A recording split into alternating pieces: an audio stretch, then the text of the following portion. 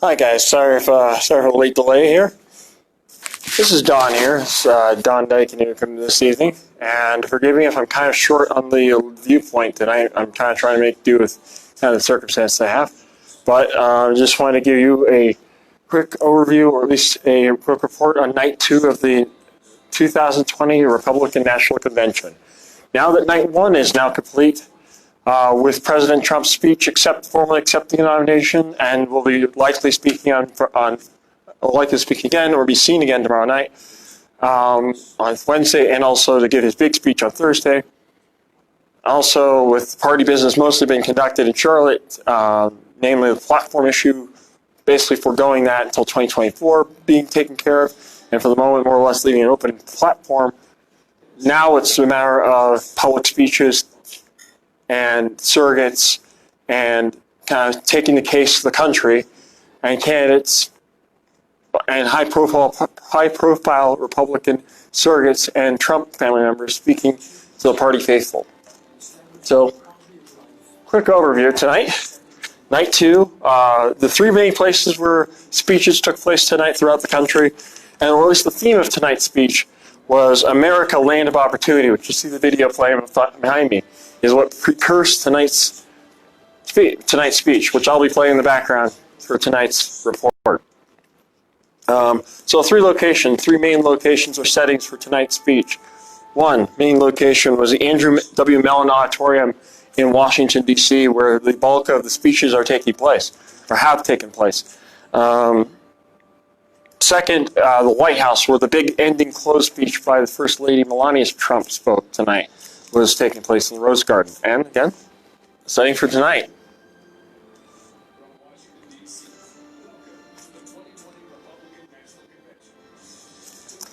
And last, where Secretary of State Mike Pompeo was speaking from the top of a hotel in Jerusalem, with the old city behind him as well, which is a point of much controversy tonight because there was a question or concern made that potentially the famed Logan Act, which is a concern regarding the use of government resources and government materials to be used in a political campaign speech.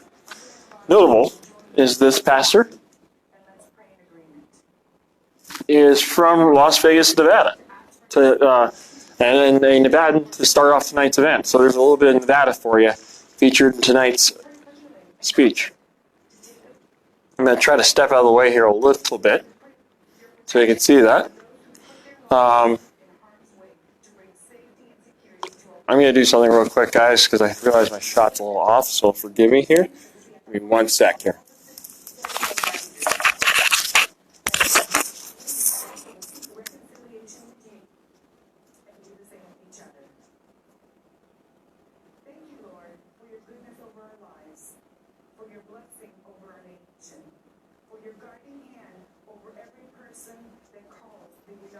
Don't worry, I'm not leaving this on forever.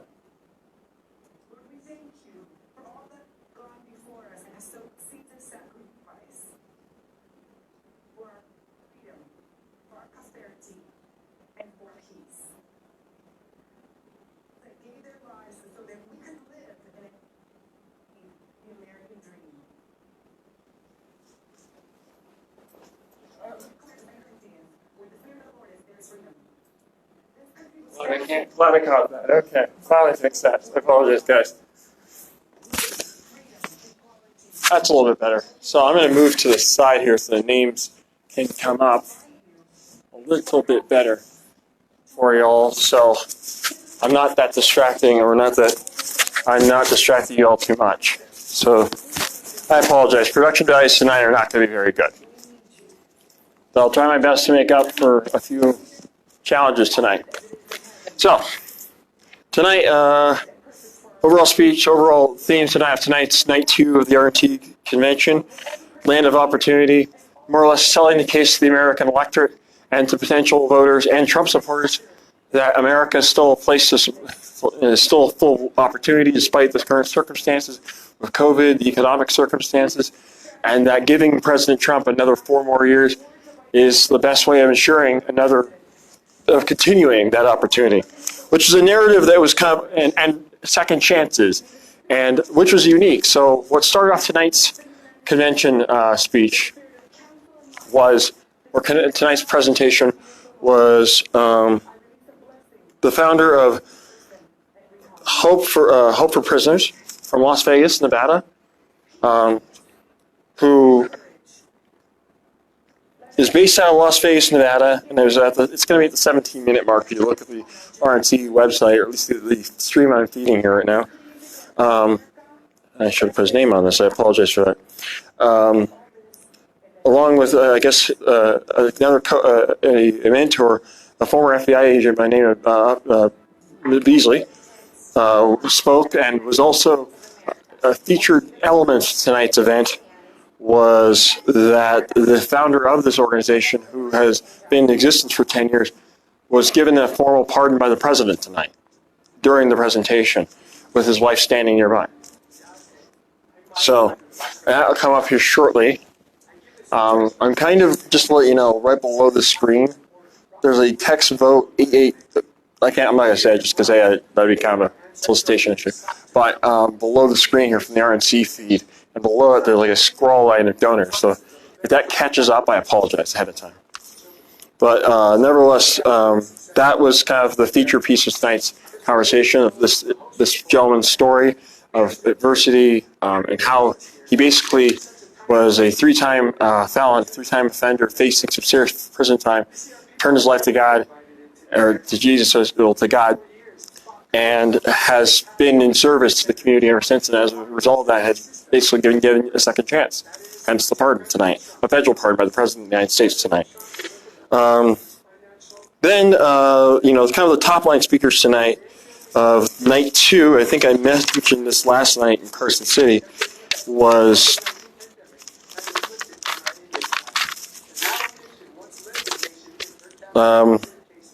again, like I said, Melania Trump, which was spoken about later tonight, Secretary of State Mike Pompeo in Jerusalem, U.S. Senator Rand Paul of Kentucky, Iowa Governor Kim Reynolds speaking about economic opportunity and making the precedent case for President Trump, Florida Lieutenant Governor Jeanette Nunez, Kentucky Attorney General Daniel Cameron, notable because he's currently the Attorney General overseeing the Breonna Taylor case right now in Louisville, and also kind of the ire focused a lot of social attention in that issue right now. He's also the first black Attorney General in Kentucky history as well, or at least in the 21st century.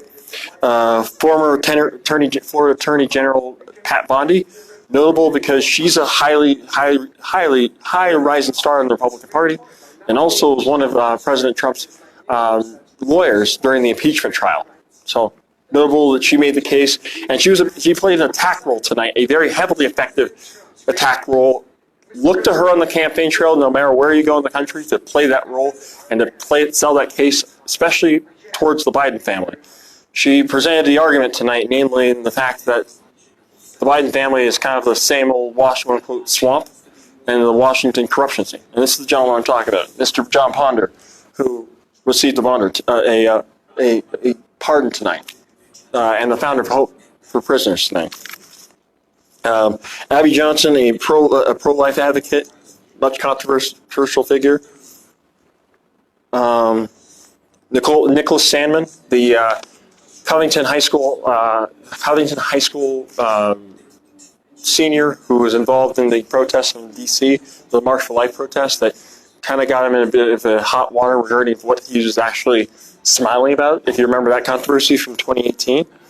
And then last but not least, 2 members of the Trump family directly, Eric Trump, an lead executive of the Trump Organization, and Tiffany Trump, a recent law school graduate who spoke to the COVID crisis in her own experience, and also obviously in defense of her father. They both spoke in defense of the father, President Trump, or in defense and support of Donald Trump for re-election, and went on the attack against the Biden campaign and the current Democratic opponent.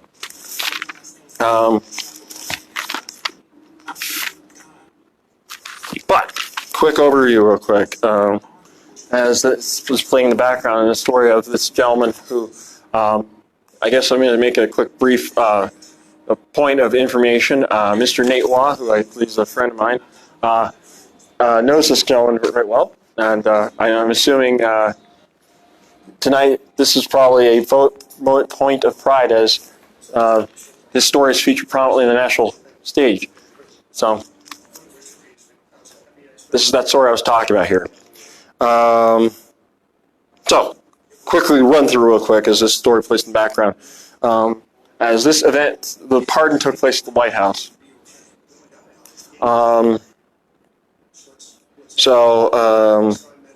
Abby Johnson, kind of a bit of a controversial figure, all right, because she said some controversial statements about her son, which was kind of derided on certain media outlets regarding that. But nevertheless, came out in fierce support of President Trump, namely on the pro-life argument, which is an important plank and part of the Republican coalition. Nicholas Sandman, again, going back to the cultural conservative argument, and also playing on the culture wars and conservatism, social conservatism base, which is necessary. But it's not really necessary, but well, I kind of ducked for that there. Which is a key constituency for the Republican coalition to get through, to win in November. As kind of when Republicans and conservative activists and conservative surrogates talk about judges, that's kind of a bit of a allusion to why those judges are important. Why they want conservative judges who will who will affirm and protect cultural values or issues on life, issues on legislation, more or less keeping the status quo on certain policy items. So that's just kind of a point of reference there. Pat Bondi, I think I mentioned, her attacks tonight were on the Biden family, talking about Hunter. Hunter Biden came up tonight. Another narrative came up specifically, namely that Joe Biden's soft on China, reference to China being a background issue in the campaign, and that, will Joe Biden and the Democrats be soft on China and soft on trade, et cetera, kind of playing that narrative a bit. And also raised other points, other narrative issues in regards to the Biden family, in regards to their business dealings, or at least other family members and business dealings, and et cetera. But that's something you might just pay attention to. That might be an attack line you'll be seeing coming soon feature on the campaign trail in the coming months and weeks. And close with the line, same as Kimberly Guilfoyle, the best is yet to come. Notice that'll be a common theme tonight. Also, part of the package tonight was a video tribute to women in leadership in the president's campaign and in the president's orbit. From Mercedes Schlapp, a lead advisor a senior advisor to the president in the campaign, to Kellyanne Conway, the former, she's about the now outgoing president's counselor, and also the 2016 one of the campaign managers in 2016. Then Tiffany Trump spoke for 6 to 7 minutes. After which, Kimberly Guilfoyle spoke as well too in that segment too. Then Tiffany Trump spoke for 6 to 7 minutes and addressing the COVID crisis and how it's affected her education, and also kind of making the case to millennials specifically to vote for her dad tonight. Again, another family member trying to play the case for the president. Then Governor Kim Reynolds of Iowa, an important key swing state, namely because it's obviously, besides its political importance as a caucus state during primaries, but also for its potential prominence in that Senator Joni Ernst is up for re-election this year. And that is a must-take seat for Democrats in the Senate if they wish to take control of the U.S. Senate. And right now, the polling data on that seat is looking for the Democrats rather favorable at the moment. But again, the winds of polls can change, and we're only in August, so you never know. But that was notable. She was up on deck tonight to speak tonight. And then Vice President Mike Pence spoke tonight talking about stories on things that the Trump administration has done, talking about achievements from cancer patients to ministries to people in lower income situations, on where the administration's helped people. Again, pressing the case of what the administration's been doing and does in tonight's presentation. And then the Florida Lieutenant Governor, Ms. Nunez, spoke. Then, oh boy. I think I just lost my last word with that. Then I think I'm going to skip someone here, so I apologize if I do. Eric Trump spoke. Gave a 10-minute speech. And